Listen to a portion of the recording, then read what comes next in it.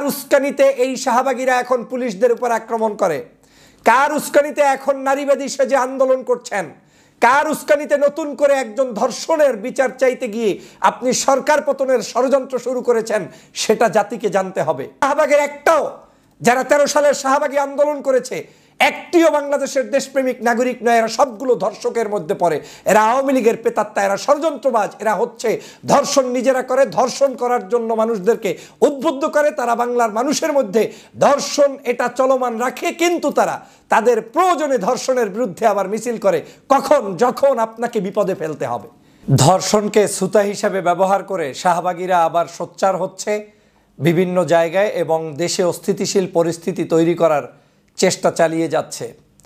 আপনারা জানেন, অনলাইনে অফলাইনে যেখানেই আপনি সার্চ দিবেন, সারা বাংলাদেশে ধর্ষক বলতে আওয়ামী লীগ, ছাত্রলীগ, যুবলীগ, আওয়ামী লীগের সংসদ সদস্য, আওয়ামী লীগের মন্ত্রী, আওয়ামী লীগের এমপি মুরাদ থেকে শুরু করে তাদের এমন কোনো ব্যক্তি নাই যারা শতকরা আপনি যদি 90% লোককে বলেন তাহলে ওই 90%ই ধর্ষকের তালিকায় আছে। বাংলাদেশের আওয়ামী লীগের আমলে বিভিন্ন বিশ্ববিদ্যালয়, কলেজ, ইউনিভার্সিটিগুলোতে সারাক্ষণই ছাত্র জনতার বিভিন্ন ধরনের আন্দোলন থাকতো। তার অন্যতম একটি থাকতো যে ধর্ষকদের বিরুদ্ধে। আমরা কিন্তু সেই সেঞ্চুরি করা মানিকের গল্প শুনেছি যে ছাত্রলীগের মানিক 100 জনকে ধর্ষণ করেছিল। আমরা কিন্তু শুনেছি জাহাঙ্গীরনগর বিশ্ববিদ্যালয় সহ বিভিন্ন বিশ্ববিদ্যালয়ে স্বামীর সামনে স্ত্রীকে ধর্ষণ করা হয়েছে জঙ্গলে নিয়ে এবং স্বামীকে গাছের সাথে বেঁধে রাখা হয়েছে। আমরা কিন্তু শুধু মানুষ ধর্ষণ শুনি নাই। আওয়ামী লীগ, ছাত্রলীগ এমনকি পশু পাখি পর্যন্ত ধর্ষণ করেছে। গরু, ছাগল কোনো কিছুই রক্ষা পায়নি ছাত্রলীগের কাছ থেকে। কিন্তু আমরা শাহবাগীদেরকে সেই সময় কোনো প্রতিবাদ করতে দেখি নাই। ধর্ষণ বাংলাদেশের এক ধরনের, এই যে ধর্ষণ করা হচ্ছে এটা একটা ব্যাধিতে রূপান্তরিত হয়েছে। এটা একটা সামাজিক ব্যাধি যেটা গত 16 বছরে তৈরি হয়েছে। সেই ব্যাধিটা একদিনে, 1 ঘন্টায়, নিমিষেই বন্ধ হওয়ার মতো পরিস্থিতি হয়নি। আমি সকল ধর্ষকদের বিরুদ্ধে এবং ধর্ষণকারীদের সর্বোচ্চ শাস্তির নিশ্চয়তা বিধানের জন্য সরকার সহ সবার প্রতি আহ্বান জানাই। কিন্তু আমি এটাও আপনাদেরকে সজাগ দৃষ্টি রাখার জন্য বলছি, এই যারা ধর্ষণকারী সেই আওয়ামী লীগের লোকেরাই এখন ধর্ষকের বিচার চেয়ে, ধর্ষণ কেন হচ্ছে সেইটার বিচার চেয়ে এখন নতুন করে মাঠে ময়দানে নেমে সরকারকে এবং দেশকে অস্থিতিশীল করার চেষ্টা করছে। মূলত এরা শাহবাগের অংশ। মূলত 2013 সালের শাহবাগীরাই এই কর্মকাণ্ডটি করছে। তারা কোনোদিন আওয়ামী লীগের আমলে এই ধর্ষণের বিরুদ্ধে সোচ্চার হয়নি। এই যে যারা আজকের নতুন নতুন মানবতার কথা বলে, এই যে যারা নারী অধিকারের কথা বলে, নারীদের ধর্ষণের বিরুদ্ধে যারা কথা বলে, এই নারী ধর্ষণের বিরুদ্ধে আপনি আওয়ামী লীগের সময় আওয়ামী লীগের এই সকল শাহবাগীদেরকে কোনোদিন মিছিল মিটিং পর্যন্ত করতে আপনি দেখেন নাই, করে নাই। নামকাওস্তে যদি 2-1 জায়গায় হয়ে থাকে সেটা ভিন্ন জিনিস। কিন্তু হঠাৎ করে এখন বিভিন্ন স্কুল, কলেজ, বিশ্ববিদ্যালয়গুলোতে এই কারা নাটের গুরুদের মতো এই ধর্ষণের বিষয়ে নতুন করে একেবারে সারা দেশ গরম করে রেখেছে। একটি ধর্ষণ হলে সেটা নিশ্চয়ই সমাজের জন্য খারাপ জিনিস, একটি খুন হলে সেটা নিশ্চয়ই সমাজের জন্য খারাপ জিনিস। কিন্তু একটি খুন কিংবা একটি ধর্ষণকে কেন্দ্র করে একজন বাংলাদেশ সরকারের পদত্যাগ হয়ে যাবে, দেশের একজন বর্তমান সময়ের প্রধান উপদেষ্টার কার্যালয় পর্যন্ত ভাঙচুর করতে চলে যাবেন, এইটার জন্য আপনাদেরকে কোনো অধিকার দেওয়া হয় নাই। ধর্ষণ একটা ব্যাধি। এই ব্যাধিকে দূর করার জন্য আমাদের সামাজিকভাবে সবাইকে তৈরি হতে হবে, সবাইকে উদ্যোগী ভূমিকা পালন করতে হবে, সবাইকেই জোর গলায় সভা, সেমিনার, বিশ্ববিদ্যালয়, মাদ্রাসা, ওয়াজ মাহফিল সব জায়গায় প্রচারণা চালাতে হবে।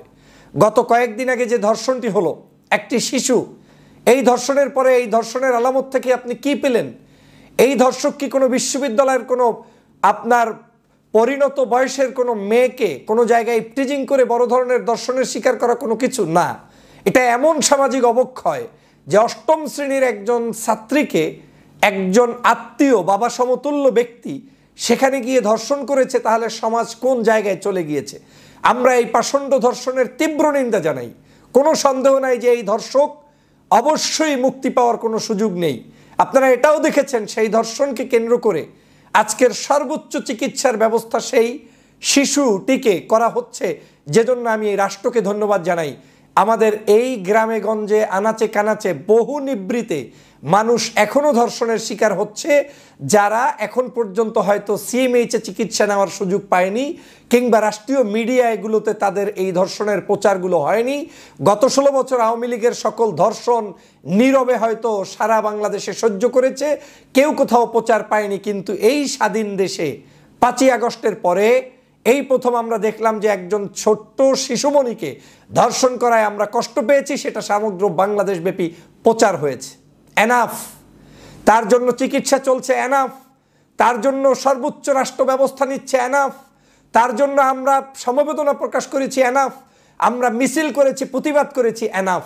কিন্তু আমরা এখন মিছিল করার নাম করে সরকার পতনের জন্য যদি কেউ নেমে থাকে, সেই শাহবাগীদেরকে বাংলাদেশে স্থান দেওয়া হবে না, সেই দুষ্টদের স্থান দেওয়া হবে না, যারা আমার পুলিশদের উপরে, এমনি পুলিশ নরবরে অবস্থা, তারপরে আবার এই পুলিশের উপরেই আক্রমণ করে যারা নতুন করে আজকের সংঘাত সৃষ্টি করতে চান ধর্ষণের বিচার চেয়ে, তাদেরকে এই বাংলার জমিন থেকে বিতাড়িত করা হবে। কোনো সুযোগ নাই 13 সালের শাহবাগীদের বাংলাদেশে মাথা উঁচু করে দাঁড়ানোর।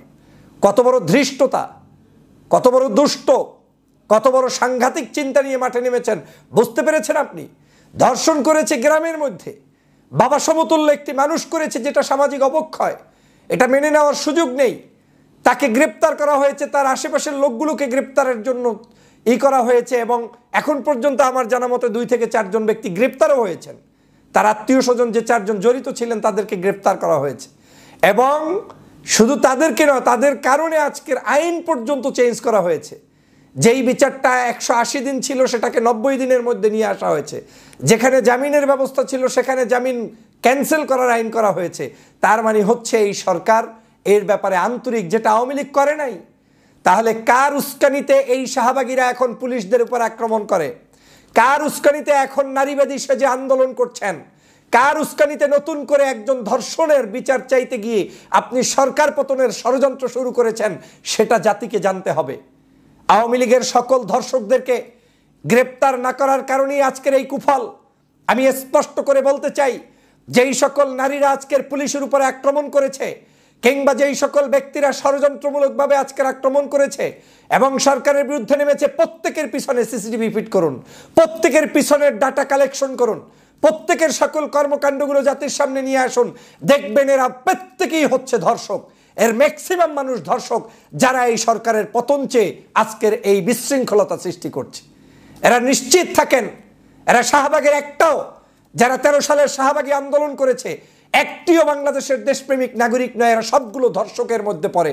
এরা আওয়ামী লীগের প্রেতাত্মা, এরা ষড়যন্ত্রবাজ, এরা হচ্ছে ধর্ষণ নিজেরা করে, ধর্ষণ করার জন্য মানুষদেরকে উদ্বুদ্ধ করে। তারা বাংলার মানুষের মধ্যে ধর্ষণ এটা চলমান রাখে, কিন্তু তারা তাদের প্রয়োজনে ধর্ষণের বিরুদ্ধে আবার মিছিল করে, কখন? যখন আপনাকে বিপদে ফেলতে হবে। এই ধান্দাবাজদের মুখোশ উন্মোচন করুন, লাইভ শেয়ার করুন, ভিডিও করুন, নিজেরা সতর্ক হন। আমি বারবার বলেছিলাম যে সব আন্দোলন সব জায়গার জন্য না। একজন ধর্ষণের শিকার হয়েছে, তার জন্য আমাদের দেশের সিস্টেম ডেভেলপ করতে হবে, মানুষদেরকে এডুকেটেড করতে হবে, দেশের মানুষদেরকে জানাতে হবে, শিক্ষা অর্জন করতে হবে, পরিবারের মধ্যে শিক্ষা অর্জন করতে হবে। আপনি সেগুলো না করে ধর্ষকের বিচার চাইয়া আপনি মিছিল, 1 দিন 5 দিন আমরা যা করেছি সম্মানজনক, সুন্দর, কিন্তু আপনি এখন কেন কি কারণে পুলিশের উপর আক্রমণ করছেন? এখন কেন কি কারণে তাদেরকে বিভিন্ন জায়গায় আক্রান্ত করার চেষ্টা করছেন? এখন কেন সরকারের এটা হচ্ছে একটা নাটক। আমি আপনাদেরকে স্পষ্ট করে বলতে চাই, আওয়ামী লীগ ফাঁদ পেতেছিল তাবলিগ জামাতের দিয়ে কার্যক্রম করাবে, 4 জন মানুষ নিহত হয়েছিল, সেখান থেকে সফল হয় নাই। আওয়ামী লীগ কার্যক্রম করেছিল আনসার দিয়ে বিপদ ঘটাবে, সেখান থেকে সফল হয় নাই। আওয়ামী লীগ কার্যক্রম করেছিল বিভিন্ন দাবি দাওয়া তুলে, 170টার মতো মনে হয় এই সরকারের আমলে বিভিন্ন আন্দোলন হয়েছে, সেখানেও সফল হয় নাই। আওয়ামী লীগ শাহবাগ তৈরি করে আবার 0 পয়েন্টে মানুষ আনতে চেয়েছে, মানুষদেরকে, সেখানেও সফল হয় নাই। আওয়ামী লীগ ট্রাম্পকে ব্যবহার করে তারপরে বাংলাদেশে ষড়যন্ত্র করতে চেয়েছে, তাও সফল হয় নাই। এখন আওয়ামী লীগ বাংলাদেশে অস্থিতিশীল পরিস্থিতি তৈরি করাবে কয়েকটা ইস্যুর মাধ্যমে। এই ধর্ষণ, এই ধরনের ছোটোখাটো কার্যক্রম, যেটা আপনার রাষ্ট্রের নয় বরং জনতার মাধ্যমে সংগঠিত একটি মহাবিপদ, মহামারী, যেটা আমাদের সতর্কতাও যেমন জরুরি, সরকারেরও সহযোগিতা জরুরি। সেই সকল কাজগুলোতে সুযোগ সন্ধানীরা, আওয়ামী লীগের লোকেরা রাষ্ট্রকে বিপদগ্রস্ত করার জন্য মাঠে নামবে। তারা এই মাঠে নামবে এখন বিভিন্ন ধরনের ছোট ছোট আয়োজন করে, নায়ক নায়িকাদেরকে ইনফ্লুয়েন্স দিয়ে, বিভিন্ন কন্টেন্ট ক্রিয়েটরদেরকে ইনফ্লুয়েন্স দিয়ে, তারপরে তাদেরকে দিয়ে বলবে তোমরা কেমন আছো, তোমরা তো নেই, তোমরা তো এখন আর বেলাল্লাপানা করতে পারো না, তোমরা তো এটা পারো না সেটা পারো না। অথচ আওয়ামী লীগের 16 বছরের ইতিহাস খুঁজে দেখুন, এদেশের কোনো মানুষ স্বস্তিতে কিছুই করতে পারে নাই। কি গায়ক, কি নায়ক, কি সাহিত্যিক, কি আলেম, কি পীর মাশায়েখ, কি রাজনৈতিক দলের লোক, কারো কোনো শান্তি ছিল না। কিন্তু এখন এই শান্তির শহরে অশান্তি তৈরি করতে যেই আওয়ামী লীগ এসেছে, সেই আওয়ামী লীগকে প্রতিহত না করলে আপনাদেরকে কিন্তু তারা বিপদের মধ্যে রাখবে। তাল দিবেন না, যে কোনো কর্মকাণ্ড ঘটলেই মিছিল করতে হবে, মিটিং করতে হবে, এমনটার প্রয়োজন নেই। প্রয়োজন বিচারের, প্রয়োজন তদন্তের, প্রয়োজন শিক্ষিত মানুষ তৈরির। সব জায়গায় সব কিছুতে আপনারা নাচানাচি করার সুযোগ নেই। নাচবেন, ওই নাচার সুযোগ নিয়ে তারা এই প্রত্যেককে ডান্ডার বাড়ি দিয়ে একদম ঘরে তুলে দিন। এই সব শাহবাগীদেরকে বাংলাদেশের প্রত্যেকটি প্রান্তে আটকিয়ে ফেলুন, না হয় দেশটা অশান্ত করে ফেলবে। সবাইকে ধন্যবাদ।